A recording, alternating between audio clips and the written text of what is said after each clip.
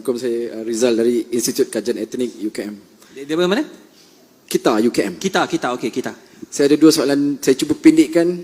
Kalau terpanjang minta maaf Ustaz. Nombor satu, kalau dalam konteks kesatuan ummah, cabaran dan harapannya, kalau kita berbicara tadi untuk menyatukan orang mazhab-mazhab yang ada dalam Islam sebagainya, bagaimana kalau kita nak menyatukan aliran-aliran lain di dalam Islam seperti Syiah, Wahabi dan sebagainya bersatu bersama kami dalam konteks Islam? Itu yang pertama. Yang kedua, apabila berpindahnya ibu negara Israel ke Jerusalem, adakah itu petanda bahawa laluan untuk Dajjal daripada Isfahan, Iran akan terus bersemayam di Jerusalem? Pandangan Ustaz. Terima kasih Ustaz. Terima kasih Dok. Dulu ada satu subjek di Al-Azhar namanya At-Tayyarat Al-Fikriyah Al-Mu'asirah, aliran-aliran pemikiran kontemporer dalam Islam, mengkaji satu masalah bahawa Israel tetap melakukan 5 hal untuk menunggu Mesias, juru selamat yang mereka tunggu-tunggu sampai hari ini. Karena menurut mereka juru selamat itu belum turun sampai hari ini. Yang pertama, semua Yahudi mesti kembali ke bumi yang dijanjikan Tuhan. Al-Ardul Mau'ud, tanah yang dijanjikan Tuhan. Itu syarat pertama. Maka pada tahun 1946 mereka pun beramai-ramai pindah. Hari ini 5 juta penduduk Israel sudah kembali. Yang dari Maghribi, yang dari Rusia, yang dari Europe kembali. Dengan syarat ibu, sebab mereka melihat nasab ini dari puak ibu. Yang kedua, mereka dulu pernah dihancurkan pada masa Kaisar Nebukadnezar yang menghancurkan Temple of Solomon. Maka mereka mesti membalaskan sakit hati terhadap Nebukadnezar. Kampung Nebukadnezar adalah Babel, Babilonia adalah Irak sekarang. Oleh sebab itu Irak mesti dihancurkan. Itulah makanya serangan kepada Irak ini terus bertubi-tubi hingga hari ini. Yang ketiga, bahwa bumi Palestina mesti hijau. Sebab syaratnya Mesias itu mau turun ke bawah kalau dia hijau. Agak-agaknya Mesias itu dari atas langit dia tengok, dah hijau atau belum? Bila hijau aku baru turun. Apa yang hijau itu? Itulah dia pohon gharqad, syajaratul gharqad. Dan itu ada disebut Nabi SAW. Apa kata Nabi SAW? Nanti batu pun akan berbicara. Ketika bersembunyi mereka pada perang besar di akhir zaman itu di belakang batu, batu akan berbicara. Ya Abdullah, hadza Yahudi khalfi faqtulhu. Wahai hamba Allah, ini di belakangku ada Yahudi, bunuhlah dia. Kecuali satu, kata Nabi. Apa itu? Syajaratul gharqad. Subhanallah, Masya Allah. Bila kita sampai nanti, saya sampai ke satu kota yang dibelah menjadi 2, sebelah punya Mesir, sebelah lagi diambil oleh Israel.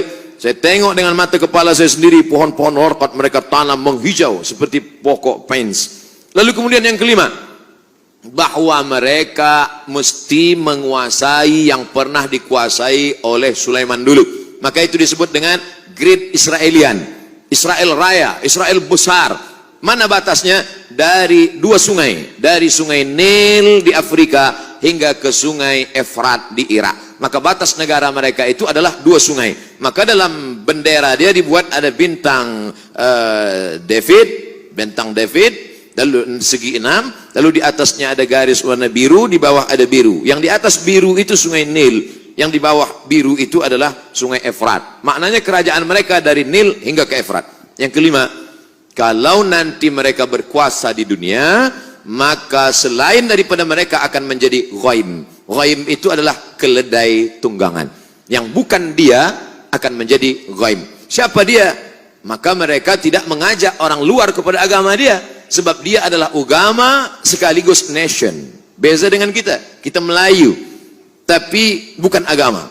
Beza dengan mereka. Mereka adalah Yahudi sekaligus sebagai agama. Maka yang bukan mereka, bukan golongan mereka akan menjadi ghaim, keledai tunggangan. Itulah yang terjadi saat ini. Maka ini mesti disuarakan. Video saya tentang ini sudah diupload di YouTube, hanya beberapa jam saja, lepas itu hilang. Kalau tak percaya, coba upload.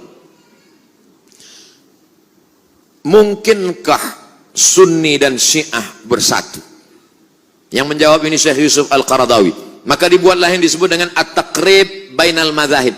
At-taqrib, pendekatan. Karena sudah jauh betul. Ini Sunni, ini Syiah. Akhirnya dibuatlah dialog bernama At-Taqrib Bainal Madzahib, mendekatkan mazhab. Tapi itu pada masa Syekhul Azhar Mahmud Saltun. Berlanjutlah kepada Syekh Yusuf Qardawi. Kata Syekh Yusuf Al-Qardawi, akhirnya saya tak sanggup. Kenapa? Mereka mengajak takrib bainal madzahib, tapi sebenarnya mereka sedang melakukan tasyyi'us sunnah, mensyiahkan ahli sunnah. Di mana letak perbezaan kita dengan mereka? 5. Yang pertama, mereka berkata selepas Nabi SAW meninggal, dunia ini dipimpin oleh Sayyidina Ali. Ali meninggal dipimpin oleh Sayyidina Al-Hasan. Hasan meninggal dipimpin oleh Sayyidina Al-Husain. Husain meninggal dipimpin oleh Ali Zainal Abidin. Ali Zainal Abidin meninggal dipimpin oleh Muhammad Al-Baqir. Muhammad Al-Baqir meninggal dipimpin oleh Ja'far Shadiq. Ja'far Shadiq meninggal oleh Musa Al-Kazim. Musa Al-Kazim meninggal oleh, terus sampai ke bawah, imam yang 12. Imam yang ke-12 sedang bersembunyi sekarang, belum keluar. Sementara imam 12 ini belum keluar, dunia dipimpin oleh wilayatul faqih yang sekarang dipimpin oleh Khamenei. Siapa yang tidak mengakui ini maka kafir. Itulah yang menyebabkan dia keluar daripada Ahlussunnah, karena Ahlussunnah tidak boleh takfir, mengkafirkan orang, sedangkan dia mengkafirkan kita. 2. Selepas Nabi SAW meninggal dunia, maka ada wasiat kepada Sayyidina Ali. Maka orang yang mengambil wasiat, membatalkan wasiat itu berarti kafir. Abu Bakar dan Umar kafir. Makanya ada doa laknat sonamai Quraisy. Selepas sholat subuh mereka laknat, Allahumma la'an sonamai Quraisy. Siapa yang dimaksud dengan sonamai Quraisy? Abu Bakar Siddiq dan Umar Ibnul Khattab. Wa ma Muhammadun illa rasul. Muhammad itu seorang rasul SAW. Qad khalas min qablihi rusul. Sebelum-sebelumnya rasul sudah meninggal. Afa immata, kalau dia mati meninggal dunia, au qutila, atau dia dibunuh. Apa kata mereka dalam tafsirnya? Qutila, Muhammad SAW mati dibunuh. Siapa yang membunuhnya? Sammahuma, sammahu. Ada 2 orang perempuan yang sudah meracunnya. Sejahat-jahat perempuan adalah mereka berdua, sejahat-jahat lelaki adalah bapaknya. Siapakah 2 perempuan itu? Aisyah paling jahat, bapak Aisyah Abu Bakar. Hafsah paling jahat, bapak Hafsah adalah Umar. Sejahat-jahat perempuan Aisyah dan Hafsah, sejahat-jahat lelaki Abu Bakar dan Umar. 3. Sahabat Nabi yang beriman hanya Muaz, hanya Abu Dzar Al-Ghifari, Salman Al-Farisi, Miqdad bin Aswad. Selain daripada itu, sahabat itu kafir murtad. Sedangkan kita Ahlussunnah berkata as-sahabah udul. Abu Bakar Siddiq radhiyallahu an, Umar bin Khattab radhiyallahu an, Ali bin Abi Thalib radhiyallahu an. Sedangkan mereka mengatakan la'natullah alaih. Yang keempat, mereka berkata bahwa ada namanya taqiyah. Kalau kebetulan yang hadir ini ramai adalah Ahlussunnah wal Jamaah, maka ketika dia ditanya, engkau Syiah apa Sunnah? Dia akan berkata, ana Sunni. Sebab yang banyak ini Sunnah. Tapi kalau yang di sini yang datang adalah Syiah, ditanya, awak Sunni apa Syi'i? Ana Syi'i. Ini namanya taqiyah. Kalau yang kebetulan datang 50-50, 50 Sunnah, awak apa? Ana Sushi. Sunni Syi'i. Taqiyah. Dalam Islam tak ada taqiyah. Sedangkan mereka mengatakan at-taqiyah minad din.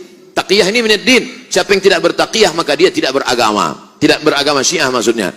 Yang kelima, mereka memahamkan ada akidah mereka disebut dengan mut'ah. Hari ini mut'ah luar biasa. Berapa banyak orang terkena penyakit. Seorang doktor medikal di Bandung, dia buat dalam buku, dia tulis buku itu. Dia bercerita bagaimana seorang perempuan yang memakai niqab, memakai cadar datang, tapi dia terkejut kenapa terkena, maaf, penyakit sipilis. Kenapa terkena sipilis? Rupanya ikut jamaah. Terlalu banyak guna Van Rijk kena virus. Oleh sebab itu maka kita tidak mungkin bertemu. Nata'awan fi mattafaqna. Mari kita bersama menjaga persatuan umat pada golongan antara Hanafi dengan Maliki, antara Syafi'i dengan Hambali, antara Ahlussunnah wal Jamaah. Tapi kalau sudah kepada Ahlul Bid'ah, maka dalam hal ini mesti, alhamdulillah, Malaysia merupakan kerajaan yang tegas dalam bidang ini. Saya amat sangat bersyukur kepada Allah, kerana dalam tazkirah saya mengambil fatwa. Saya ambil fatwa dari Selangor, saya ambil dari fatwa Mufti